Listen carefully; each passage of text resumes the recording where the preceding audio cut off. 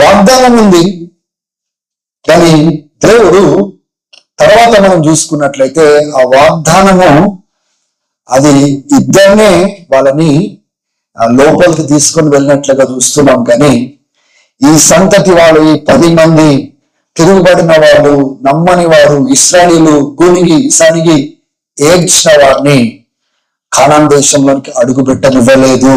వాగ్దానం ఉన్నప్పటికీ ముందుకు తీసుకొని వెళ్ళలేదు. వాగ్దానం ఉన్నప్పటికీ అన్ని అద్భుతాలు చేసి అక్కడ తెచ్చినప్పటికీ లోపలికి దేవుడు తీసుకొని వెళ్ళలేదు. విశ్వసించినప్పటికీ దేవుడి ద్వారా నీ జీవితంలో, నా జీవితంలో కూడా అది సాధ్యము అని చెప్పడానికి నేను ప్రయత్నం చేసిన.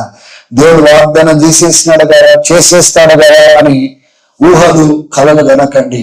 ఒకవేళ దేవుడు నిన్ను బట్టి నన్ను బట్టి సంతోషి